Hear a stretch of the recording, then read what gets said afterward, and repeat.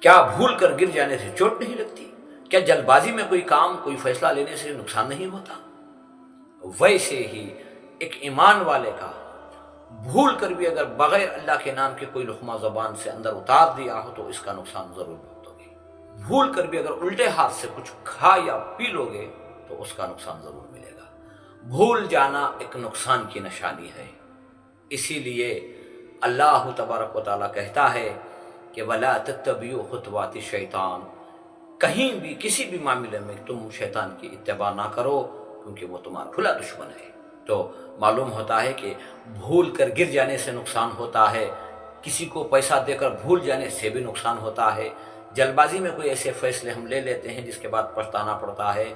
تو یقیناً دوستو، اللہ کی عبادت، ذکر، دعا، فکر، یہ ساری چیزیں ہمارے ساتھ جڑی ہوئی ہیں۔ جہاں بھی اللہ کے نام کو چھوڑ کر جو بھی چیز استعمال کرو گے، اس چیز کا جو نقصان ہوگا وہ ہمارے خود کی زندگی پر ہوگا۔ ہمیں اس بات کا علم نہیں ہوتا، کیونکہ ہم اندازے سے جی رہے ہیں۔ علم حاصل کرو، طلب العلم فریضۃ علی کل مسلم، ہر معاملے میں علم کا حاصل کرنا فرض ہے، کیونکہ ہمیں یہ معلوم ہو کہ کن چیزوں سے ہمیں نقصان ہوتا ہے، کن چیزوں سے ہمیں فائدہ ہوتا ہے، کن باتوں سے اللہ ناراض ہوتا ہے اور کن باتوں سے اللہ خوش ہوتا ہے۔ اس بات کا ہمیں علم ہونا بہت ضروری ہے۔